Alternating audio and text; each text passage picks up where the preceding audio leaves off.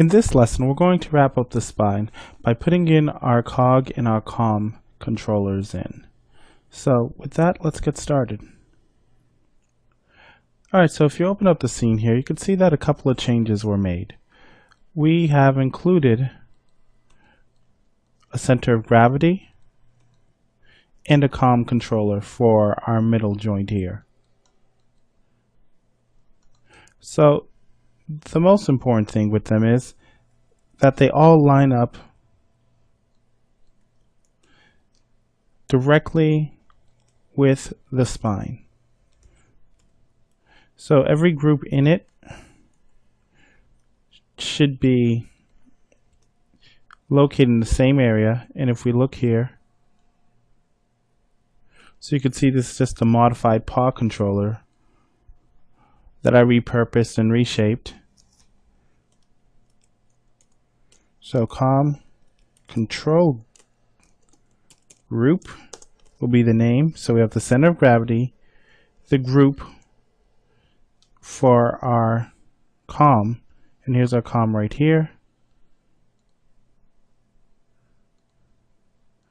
Let's optimize our scene to get rid of any junk. And then we're just going to add a constraint to our internal controller. So we'll select this here, select that, constrain point, constrain orient. Now let's see how this is working.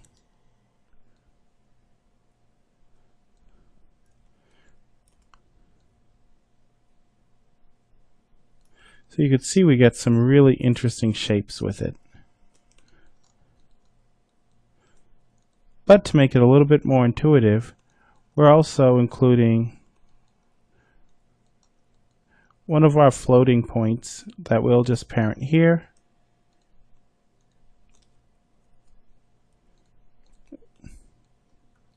So this joint will be the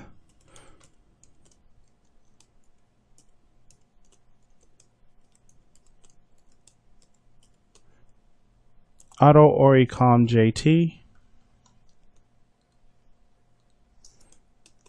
and the Auto Ori JT end.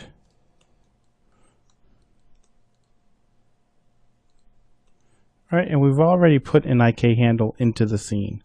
So in the last video, I said it was okay to hide our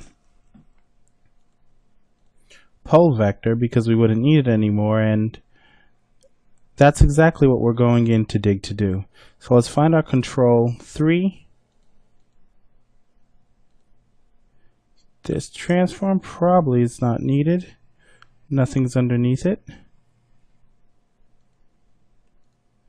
So there's our pole vector.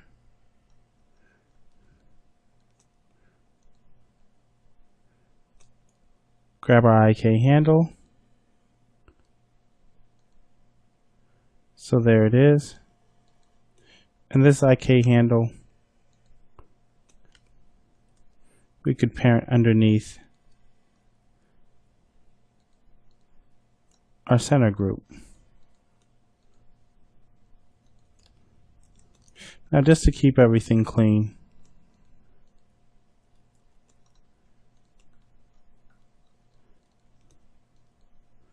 going to find our joint, our IK,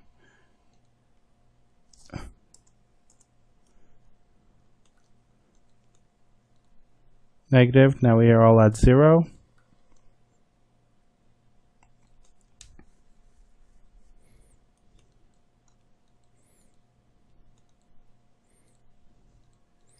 Then we're going to grab the group above, so our COM group.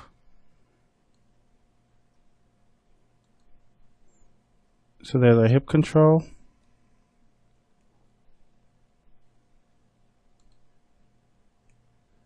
Our COM group, constrain, orient.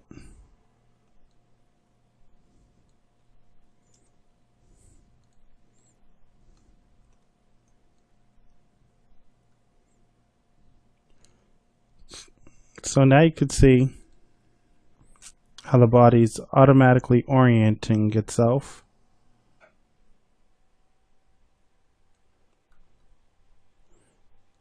And we'll get much better interactions and controls.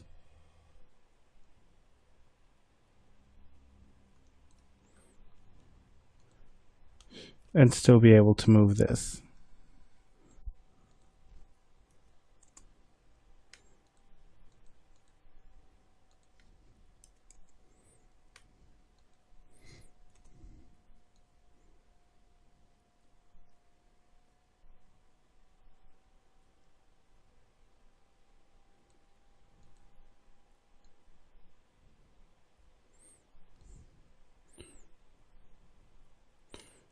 Alright, so there you have it. We have our controllers all set.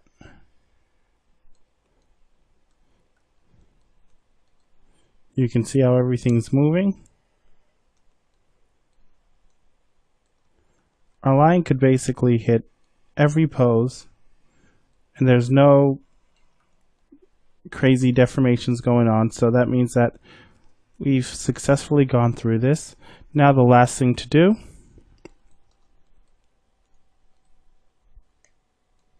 is hide our joint tool.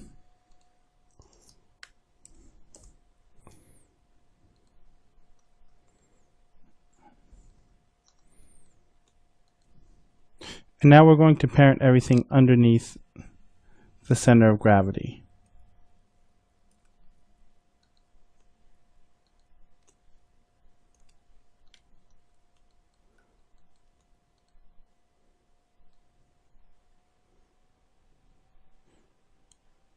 So you can see how the body moves.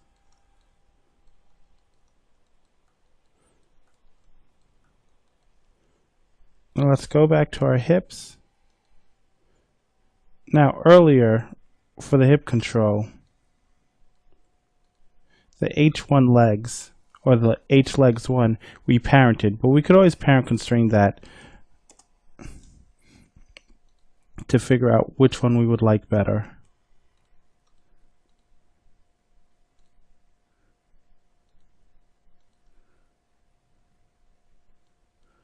So just to keep everything clean,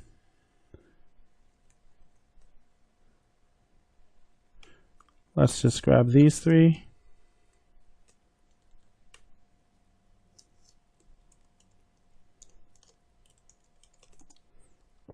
Let's call them hip tools.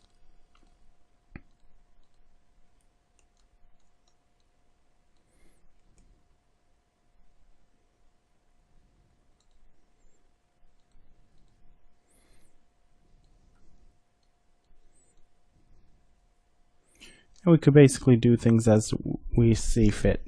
So most of the scene now is about organizing it.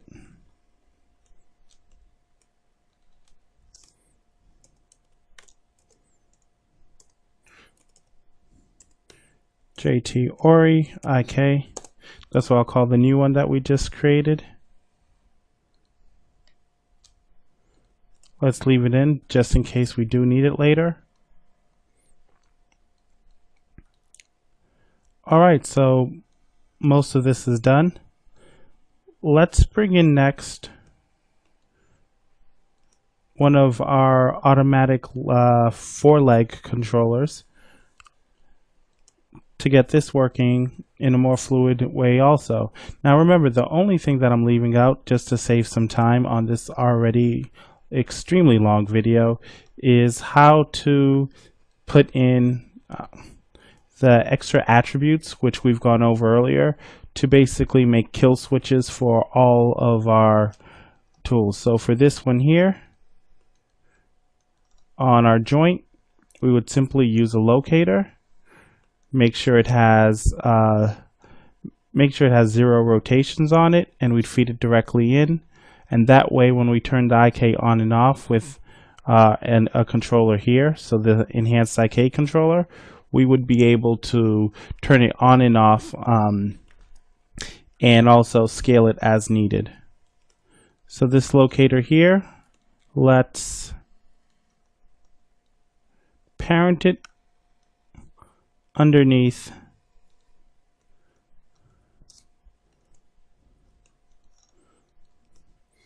our center joint since it didn't have a parent.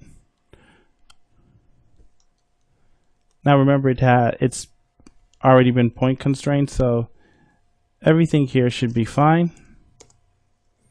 There should be no problems with it. So we're all set with that. We'll continue on through the next video, finish up the leg, we'll go through the tail, and then we'll be done. So save your work, and I'll catch you in the next video.